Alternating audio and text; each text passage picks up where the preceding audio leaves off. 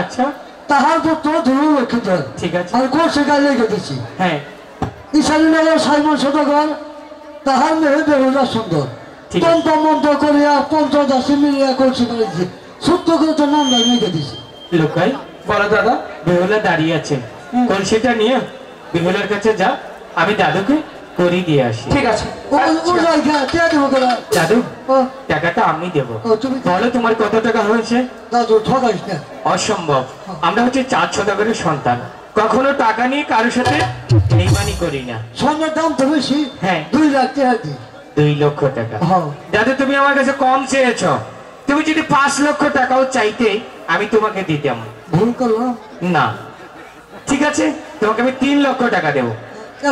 কিন্তু একটি কথা আছে ঠিক আছে দাদু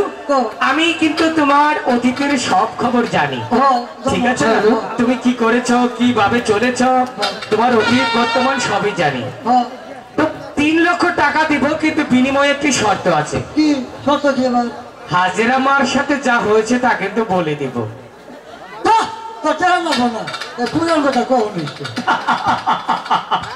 আমি জানি দাদু তোমার দুর্বল জায়গাটা কোথায় ওই দিব গেল ভগবান সবার বিচার করবো